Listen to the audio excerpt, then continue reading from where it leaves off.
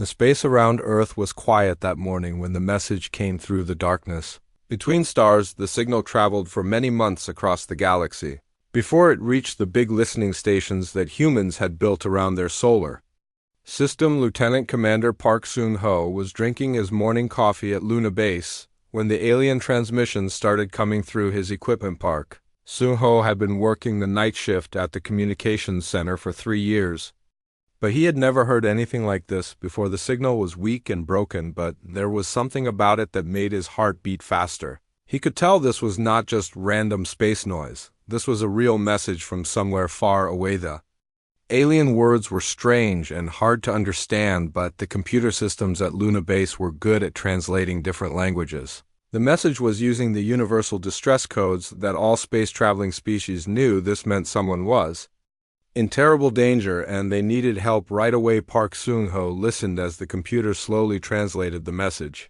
The words made him feel sick to his stomach. The message was from the Villani Republic. The Villani were the first aliens that humans had ever met 30 years ago. They were peaceful plant-eating creatures who had been nothing but kind to Earth. The Villani lived on a beautiful world called Viridian Prime, where everything was green and growing. They had shared their knowledge about farming and medicine with humans when Earth was still new to traveling between stars. The Villani had never hurt anyone in their entire history. They only wanted to help other species and make the galaxy a better place, but now something terrible was happening to them. The message said that the Throck Empire was attacking their world. The Throck were a warrior race that had been conquering other planets for hundreds of years. They were big and strong, and they loved to fight. They had powerful spaceships and weapons that could destroy entire cities. The Villani message described how Throck ships were shooting at their planet from space. Their beautiful cities were burning, and their people were hiding underground. The Villani had asked every other species in the galaxy for help, but no one was brave enough to fight the Throck Empire. Everyone was too scared. Park Soon-ho felt angry as he listened to the message. The Villani had been good friends to humanity. They had taught humans how to grow food in space and how to cure diseases that Earth doctors had never seen before. Now they were dying, and no one would help them. Message ended with the voice of Elder Kalara, who was the leader of all the Villani people. She spoke directly to the humans and reminded them of the friendship between their species. She said that the Villani had heard stories about Earth being called a death world by other aliens, but they had never understood what that meant until now. Elder Kalara said that maybe the humans were different from other species. Maybe they were strong enough to help when everyone else was too afraid. She begged the humans to remember their friendship and to come save her people before it was too late. The message ended with her crying as explosions could be heard in the background. Park Soon-ho immediately called Captain Lee Jun-woo, who was the commanding officer of Luna Base. Captain Lee rushed to the communications center and listened to the full message. His face became very serious as he heard what was happening to the Villani. He had met some of them during diplomatic missions, and he knew they were good people. Within 1 hour, the message was sent to Earth, where the highest military leaders could hear it. Admiral Kim Hae-jin called an emergency meeting of the Terran Defense Council. All the most important people in human space government came together to decide what to do. The meeting room was completely silent as they played the Villani message for everyone to hear. Some of the council members had tears in their eyes as they listened to Elder Kalara begging for help. Many of them had worked with the Villani over the years and considered them to be friends.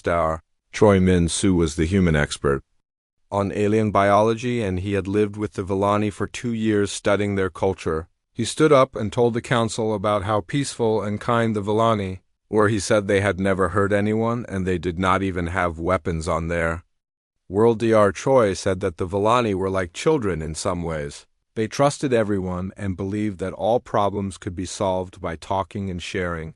They had no idea how to fight a war because they had never needed to. The Throck Empire was going to kill them all, and they could not stop it. Some of the council members said that Earth should not get involved in alien wars. They said that humans were still new to space travel, and they should not make enemies of powerful species like the Throck Empire. Other council members said that the Galactic Federation had rules about not interfering in other people's conflicts, but General Yoon Tae-hyon had fought in many wars on Earth, and he understood what was really happening. He told The council that this was not about politics or rules, this was about right and wrong.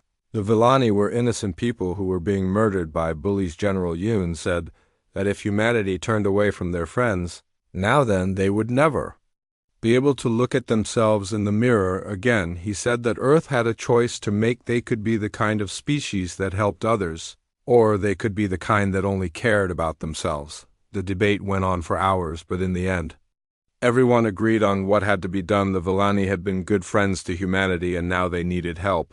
Earth could not abandon them to die. The council voted to send the human military to save. Viridian Prime Admiral Kim immediately started preparing the space fleet for war. General Yoon began getting the Marines ready for Battle Park. Sung Ho was told to send a message back to the Villani telling them that help was coming. Park Sung Ho carefully wrote the response message he wanted to make sure that Elder Kailera would understand that Earth had not forgotten their friendship. He typed that the humans were coming to help and that the Throck Empire had made a big mistake by attacking innocent people. The message was sent with enough power to reach every corner of the galaxy. It was short and simple, but it carried all the determination that humanity could put into words. Earth had received the cry for help, and now the Deathworlders were getting ready for war all across human space. The emergency signals started going out. Every military base got orders to prepare for combat. Every spaceship captain was told to get ready for battle. Every Marine was called back to duty. The peaceful morning was over, and now it was time for the people of Earth to show the galaxy what they were made of. The Villani had asked for help, and the humans had answered. The Throck Empire was about to learn why Earth was called a death world and why its people were considered the most dangerous species in the galaxy. The battle for Viridian Prime began at sunrise on the planet's largest continent. The Throck Empire had placed orbital bombardment platforms in a perfect circle around the world. Each platform could reduce an entire city to ash within minutes. Their ground forces had taken over the major population centers using the surviving Villani as human shields. Admiral Kim Hai-jin knew that a direct attack would be suicide. The Throck had more ships and bigger weapons, and they controlled the space around the planet, but humanity had not become the top species on Earth by fighting fair. They had survived by being smarter, faster, and more ruthless than anything else on their dangerous world.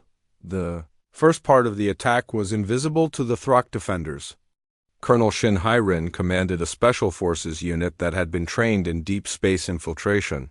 Using personal stealth generators and tiny rocket engines, they slipped through the enemy perimeter like ghosts in the night. Their mission was not to destroy the enemy ships, but to gather intelligence and prepare for the main assault. They moved through space wearing special suits that made them almost impossible to detect. They were like ninja warriors floating between the massive Throck vessels. Meanwhile, Dr. Ru Tae-min worked frantically in the fleet's medical bay, preparing for the casualties that would come. He had studied Throck biology for weeks and developed new treatments for the unique weapons the enemy used. He had also created something else that might help win the war. Ru had developed a biological weapon specifically designed to target the Throck respiratory system.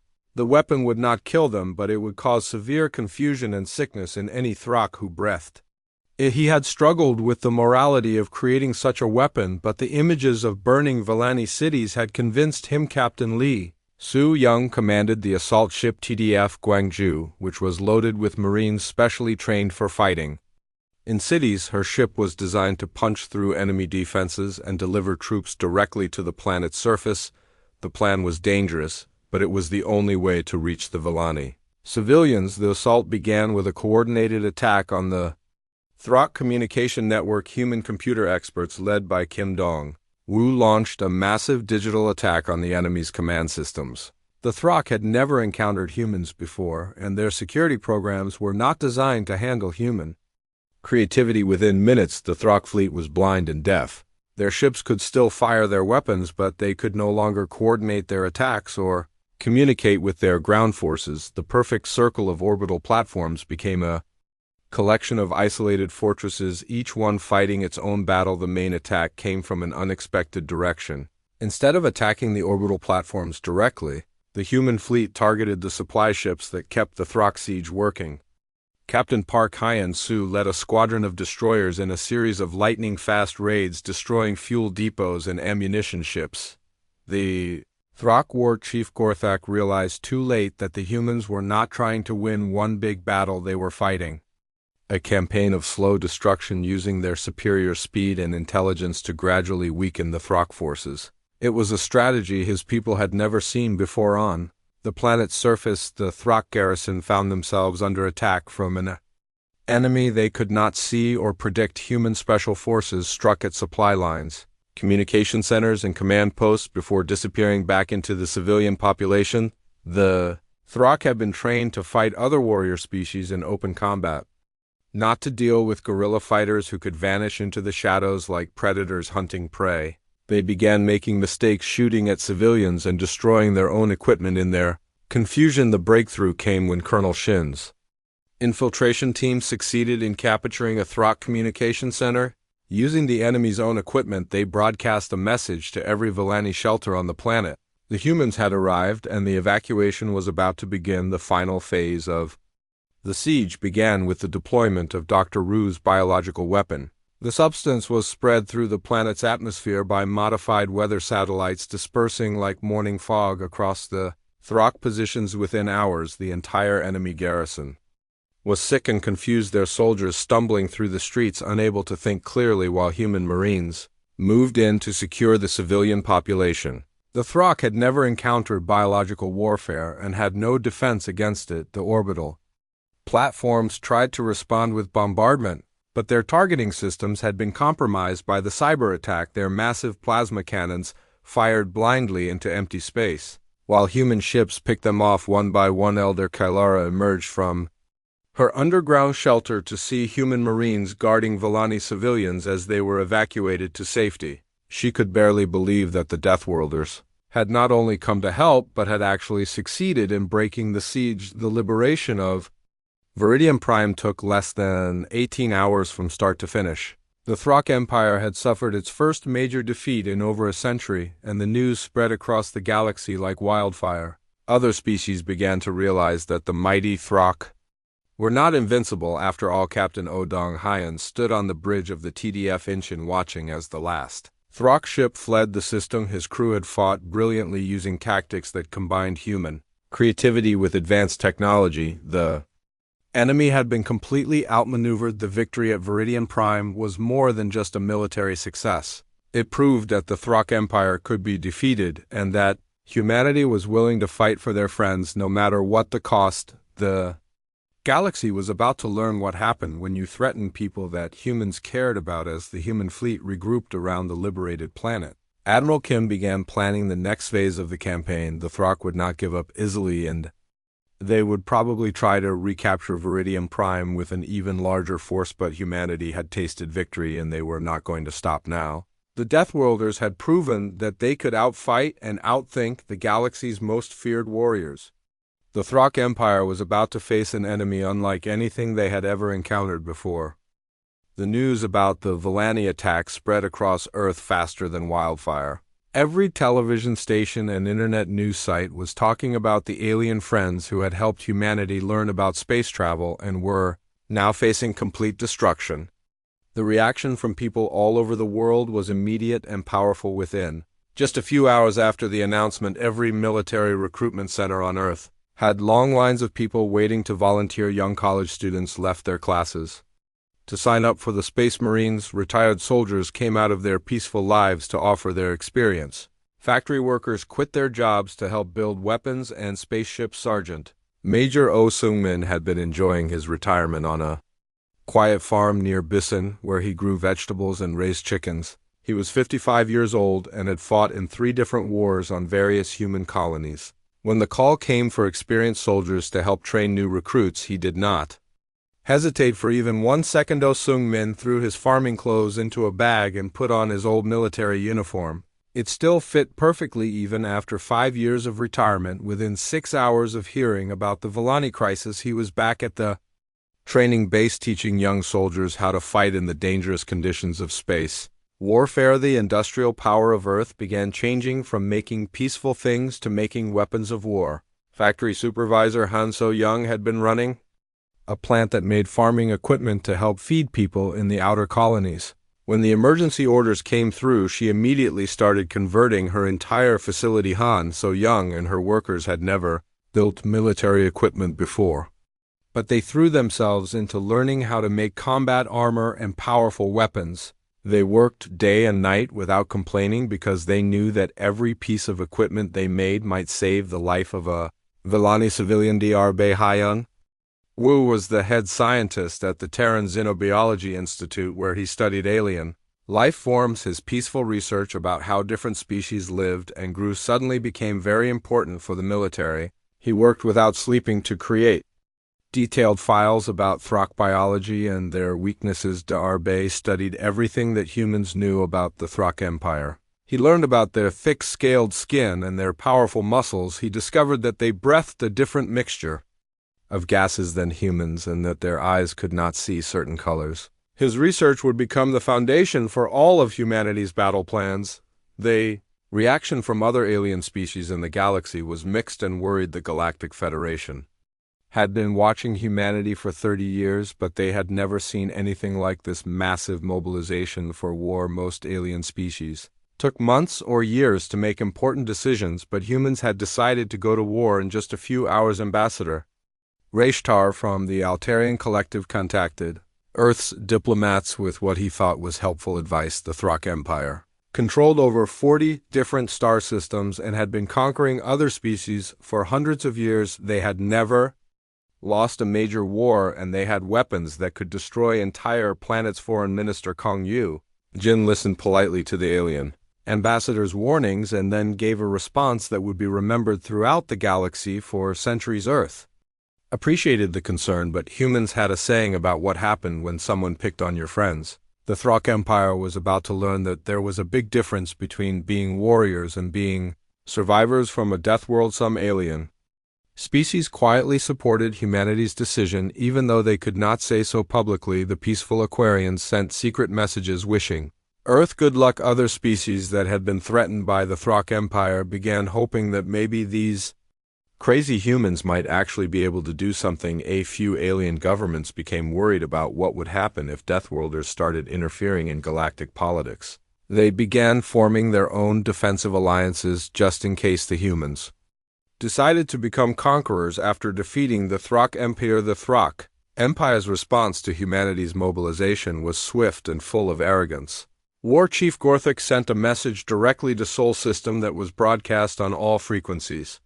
His scaled face filled the screens as he laughed at the idea of small, soft mammals challenging the mighty. Throck Empire War Chief Gorthik said that if the humans wanted to die alongside their pathetic Villani friends, then he would be happy to kill them all. He described in detail how he would destroy Earth cities and sell the survivors as slaves. His message was meant to frighten humanity into backing down. The Throck message was the biggest mistake that War Chief Gorthik could have made. Every human who heard it felt their blood turn cold, not with fear, but with the ancient fury that had helped their species climb to the top of Earth's food chain. The Throck had just made this war. Personal Captain Oh Dong-hyun commanded the TDF Incheon, which was humanity's newest and most advanced warship. As he reviewed the battle plans that were being developed, he could not help but smile grimly. The Throck Empire was about to learn why humans had survived ice ages and volcanic eruptions and countless wars against each other. Captain O had studied military history his entire life, and he knew that the most dangerous enemy was not the one with the biggest weapons, but the one who refused to give up. The Throck were used to fighting other warrior species who followed rules and traditions of honorable combat. They had never faced an enemy that would do absolutely anything to. When the first ships of the human fleet began launching from Earth's orbital shipyards, each massive vessel carried thousands of Marines who had trained their entire lives for combat. The ships were loaded with weapons that had been designed by engineers who understood that the purpose of war was to destroy the enemy as quickly and efficiently as possible. Human fleet also carried something that no other species in the galaxy possessed: the combined experience of 4 billion years of evolution on a planet where everything was trying to kill everything else. Earth had produced the ultimate survivors, and now those survivors were going to war as the fleet moved away from Earth toward the outer edges of the solar system. Admiral Kim Hyjin stood on the bridge of her flagship and thought about what they were about to do. The Throck Empire had ruled through fear and violence for centuries, but they had never faced anything like humanity. The Deathworlders were coming, and they were bringing with them all the lessons that Earth had taught them about survival, adaptation, and the absolute determination to protect the people they cared about. The galaxy was about to learn what happened when you threatened the friends of a species that had evolved to survive anything. The human fleet reached the edge of Throck-controlled space 3 weeks after leaving the Sol system. Admiral Kim Hyjin stood on the bridge of the TDF Sol, watching the computer screens as her scout ships gathered information about the enemy. The Throck Empire had surrounded Viridian Prime with their biggest warships and were constantly shooting at the planet commander. Na Jae-sung flew his stealth fighter through an asteroid field at the edge of the star system. His ship was almost invisible to enemy sensors, and he was able to get close enough to study the Throck fleet. The enemy ships were huge, like floating cities, made of metal and weapons. The Throck vessels were built like fortresses with thick armor plating and massive cannons that could destroy a city with one shot. Their design showed their philosophy, which was to use overwhelming force and firepower to crush any enemy. They had never needed to be clever or fast because they were always the strongest. The first battle came sooner than anyone expected. A patrol of Throck ships detected the human scout vessels and moved to attack them. Captain Moon Soo-jin commanded the destroyer TDF Bizin and found herself facing 3 Throck cruisers that were each 5 times bigger than her ship. The enemy commander probably thought this would be an easy victory. The Throck had always won their battles by having bigger ships and more powerful weapons. They had never fought an enemy that refused to play by their rules. Captain Moon proved him wrong very quickly. The Throck ships opened fire with their plasma cannons, sending bolts of energy that could melt through solid rock. But the human destroyer danced between the attacks using engines that allowed impossible maneuvers. For a warship, the Throck had built their ships to fight other Throck ships in slow, heavy battles where the strongest vessel would eventually win. They had never faced an enemy that moved like a fighter plane while carrying the weapons of a battleship. The TDF Bizan fired back with railguns that launched metal projectiles at incredible speed. The kinetic energy was devastating, punching through Throck armor that had been designed to absorb energy weapons. The first enemy cruiser lost its shields, and then its hull began breaking apart under the assault. The second Throck ship tried to get closer, thinking that the small human vessel would be helpless in close combat. Captain Moon smiled as she ordered the launch of missiles. These were not simple explosive devices, but intelligent weapons that could think and adapt to enemy defenses. The missiles swarmed over the Throck cruiser like angry insects, each one finding a weak spot in the armor. The massive enemy ship simply fell apart under the coordinated attack, its thick hull no match for weapons that could learn and adjust their tactics. The third Throck cruiser tried to escape, but it was too late. The human destroyer was faster and more maneuverable and could control when and where. The battle would be fought within minutes. The entire enemy patrol was destroyed, and the TDF Bizan had barely taken any damage. The battle was recorded by automatic monitoring stations throughout the galaxy, and the news spread like wildfire. For the first time in hundreds of years, someone had not only stood up to the Throck Empire, but had actually defeated them in direct combatant. Viridian Prime, the surviving Villani, watched the battle recordings with amazement. Elder Kylara had hoped that the humans might provide a distraction that would allow some of her people to escape. She had never imagined that Earth's forces could actually defeat the Throckan ship-to-ship combat. The Throck Empire's response was predictable and violent war. Chief Gorthik declared that the loss of one patrol meant nothing, and that the humans had simply been lucky. He reinforced the siege of Viridian Prime and gave orders for the complete destruction of the planet's surface if the humans wanted to play hero. Then they would arrive just in time to watch their friends die. War Chief Gorthik increased the bombardment of Villani cities and began executing civilians to show that he was serious about winning this war. Lieutenant Colonel Park Min-ho commanded the first wave of Terran Marines and received the intelligence reports with cold fury. His soldiers had trained for years to rescue hostages and protect innocent people. The Throck were using the Villani as bait, trying to force the humans into a disadvantageous position. It was a smart tactical decision, but it showed that the Throck Empire did not understand what they were dealing with. Humans had evolved on a planet where predators hunted in packs, where the weather could kill you, and where survival meant being smarter and more determined than anything else. The Throck had just threatened the civilians that humanity had come to protect. They were about to learn why Earth was classified as a death world and why its children were considered the most dangerous predators in the galaxy. Park Minho began planning the assault on Viridian Prime. He studied every piece of intelligence about Throck tactics and weaknesses. He knew that his Marines were outnumbered and outgunned, but they had something that the enemy did not understand. Humans had survived extinction events and ice ages and countless wars by being adaptable and relentless.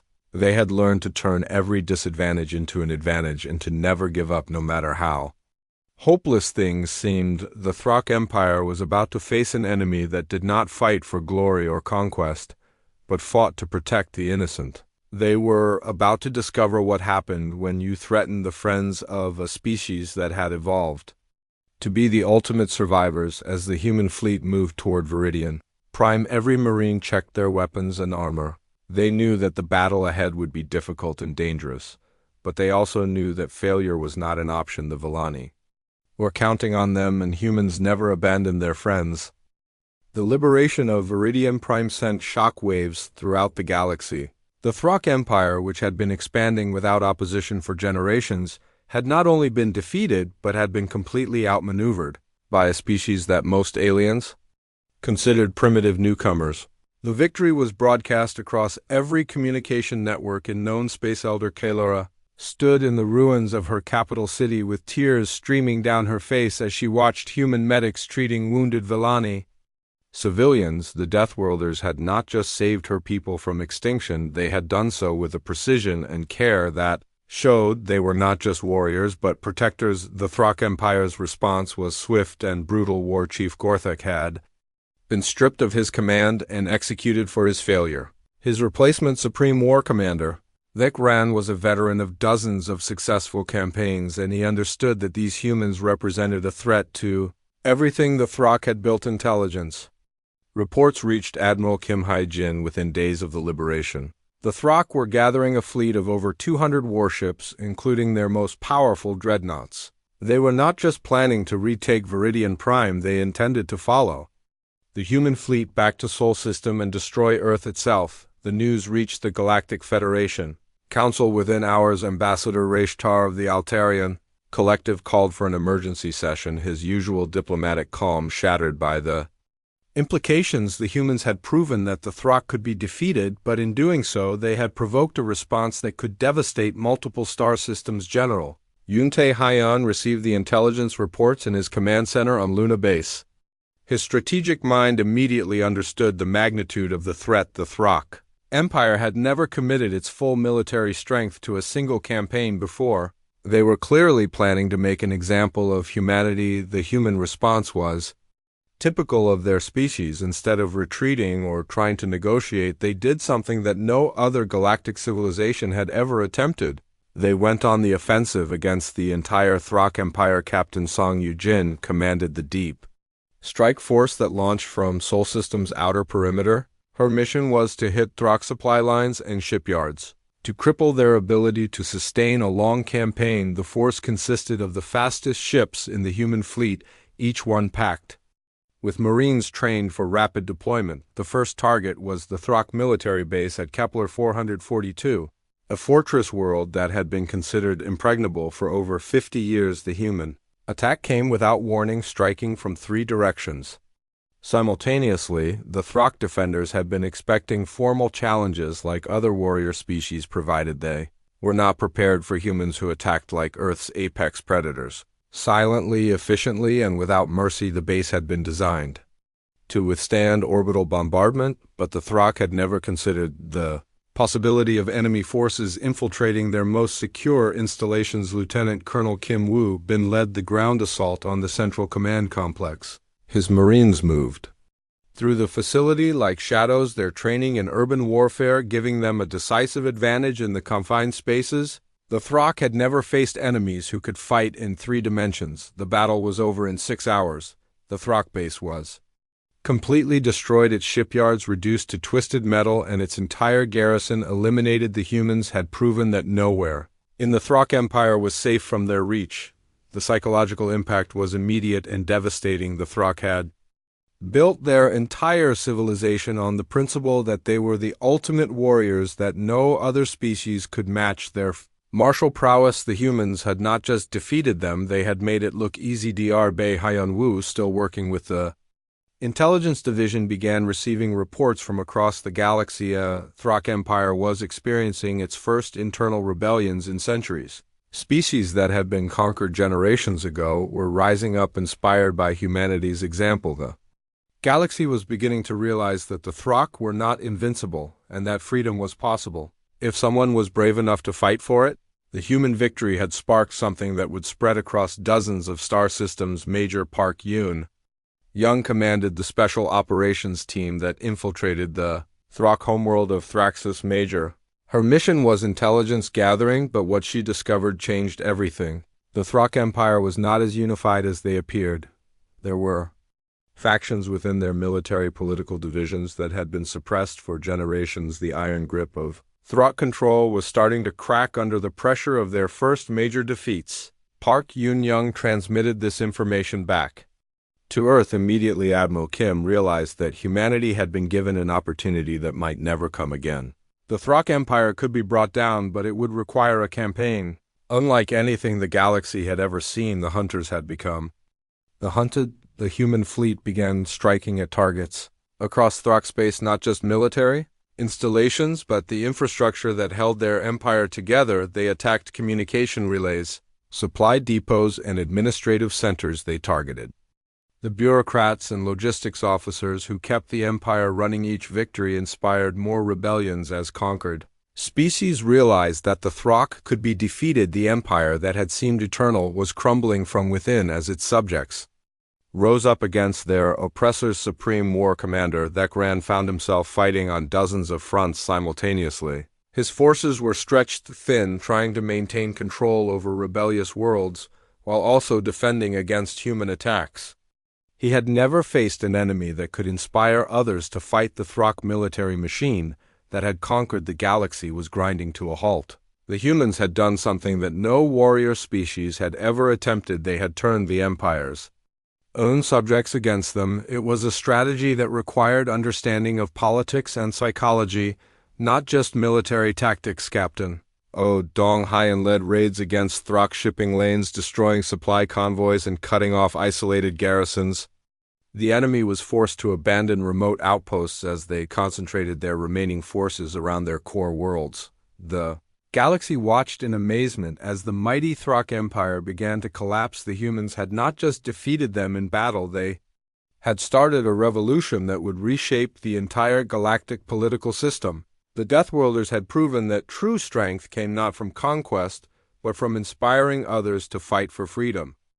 The final campaign began not with one massive battle, but with 1,000 small actions across the galaxy. Human special forces, led by officers like Colonel Shin Hai-rin and Major Park Yoon-young, infiltrated every major Throck installation. Their mission was not just to gather intelligence, but to make contact with the enslaved species who had been living under Throck rule for generations. The response was overwhelming. The Krellian traders, who had been forced to serve as the Empire's economic backbone, began sabotaging supply lines. The Morvic engineers, who had been conscripted to build Throck weapons, started introducing subtle flaws into their designs. The Zephyrian pilots, who had been pressed into service as transport crews, began accidentally delivering supplies to the wrong locations. Supreme War Commander Thekran watched his empire crumble from within. His perfect military machine grinding to a halt as its foundation collapsed. The humans had done something that no warrior species had ever attempted. They had turned the Throck Empire's own subjects against them. It was a strategy that spoke to humanity's deep understanding of social dynamics and their ability to inspire others to fight for freedom. The Deathworlders had not just defeated their enemies, they had shown the galaxy what it meant to stand up for what was right. The decisive battle came at the nexus of Andromeda, the massive space station that served as the Throck Empire's military headquarters. The station was larger than most moons, protected by the most advanced defenses in the galaxy. It had never been successfully attacked in its 300-year history. Admiral Kim Hai-jin led the combined human fleet into the system, her flagship TDF Seoul. At the front of the formation behind her came representatives from a dozen species, all united in their desire to see the Thrak Empire fall. The humans had not just defeated their enemies, they had inspired an entire galactic uprising. The battle was fierce and brutal. The Thrak threw everything they had at the attacking fleet, their massive dreadnoughts, unleashing enough firepower to sterilize entire planets. But the humans had learned from every engagement, adapting their tactics to counter each new threat. They fought not as a single species, but as part of a coalition that represented the hopes of billions of oppressed beings. The galaxy had finally found the courage to stand up to its oppressors, and humanity had shown them the way. Captain Oh Dong-hyeon commanded the TDF Incheon during the final assault on the Nexus. His ship, battered and scarred from months of combat, led the charge against the station's central core. The Thrak defenders fought with the desperation of cornered animals, knowing that their defeat would mean the end of their empire. The breakthrough came when Dr. Kim Dong-woo's cyber warfare team successfully penetrated the Nexus's central computer system, using techniques that combined human ingenuity with intelligence. Gathered from rebel Thrak factions, they turned the station's own defenses against its occupants. The massive fortress became a prison, its weapon systems firing on Thrak ships while human marines fought their way through its corridors. The empire that had ruled through fear and violence was finally facing judgment. Supreme War Commander Vec Ram made his last stand in the Nexus's command center, surrounded by his most loyal officers. When the human marines finally breached the chamber, he expected to face the savage Deathworlders that Thrak propaganda had described. Instead, he found himself confronting Lieutenant Colonel Park Min-ho, who offered him the chance to surrender with honor. The human officer spoke calmly about ending the bloodshed and building a better future for all species in the galaxy. The war chief's response was predictable. He chose to fight to the death as Thrak tradition demanded, but his officers, seeing the writing on the wall, began laying down their weapons. The empire built on absolute strength crumbled when that strength was proven to be an illusion. The news of the Nexus's fall spread across the galaxy. Within hours, the Thrak Empire formally surrendered, its remaining forces scattered and demoralized. The species that had terrorized the galaxy for centuries was broken, its military might shattered by a race that most civilizations had dismissed. Elder Kalara stood in the rebuilt capital of Viridian Prime, watching as human engineers worked alongside Villani architects to create something new. The Deathworlders had not just saved her people, they had freed an entire sector of the galaxy from tyranny. The humans had proven that strength without compassion was meaningless, that true power came from the ability to inspire and protect others. They had shown the galaxy what it meant to be truly civilized. The Galactic Federation Council voted unanimously to offer humanity full membership, with Earth granted a permanent seat on the Security Council. The humans had earned their place not through conquest or intimidation, but through their willingness to stand up for the weak and oppressed. Dr. Bae Hyun-woo published his final report on the Thrak War, a document that would be studied by military historians for generations. His conclusion was simple: the humans had won not because they were the strongest or most advanced species, but because they understood something fundamental. True strength came from unity, from the willingness to sacrifice for others, and from the unshakable belief that some things were worth fighting for. The Deathworlders had shown the galaxy that being from a dangerous world was not about being able to survive anything. It was about being willing to assure that others could survive too. The humans had answered the call for help, and in doing so they had changed the galaxy forever. The cry from Viridian Prime had awakened something in humanity that would reshape the future of civilization. Earth's children had proven that being from a death world meant more than just surviving.